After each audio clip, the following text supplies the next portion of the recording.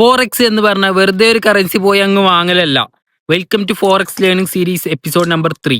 Forex ട്രേഡിംഗിൽ നമ്മൾ ഒരു കറൻസി വാങ്ങുന്നതിനോടൊപ്പം അറ്റ് ദ സെയിം ടൈം നമ്മൾ മറ്റൊരു കറൻസി സെല്ല് ചെയ്യുക കൂടി ചെയ്യും. അതുകൊണ്ടാണ് നമ്മൾ എപ്പോഴും ഫോറക്സിൽ കറൻസി പെയർ ആയിട്ട് ട്രേഡ് ചെയ്യുന്നത്. Like euro USD, GBP, JPY എല്ലാ കറൻസി പേയേഴ്സും ഒരു തഗ് ഓഫ് വാറിലാണ്. അവർ അങ്ങോട്ടും ഇങ്ങോട്ടും വലിച്ചുകൊണ്ടിരിക്കും.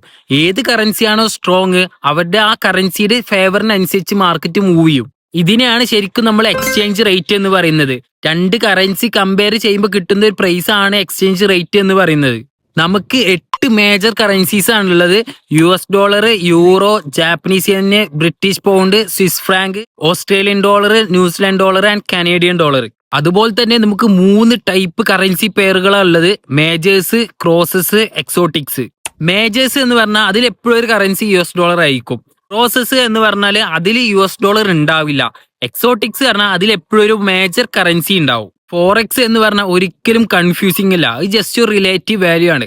അപ്പൊ ഇങ്ങനെയാണ് നമ്മൾ കറൻസികൾ വാങ്ങും വിൽക്കുകയും ചെയ്യുന്നത്. അപ്പോൾ നെക്സ്റ്റ് എപ്പിസോഡിന് വേണ്ടിയിട്ട് ഫോളോ മീ.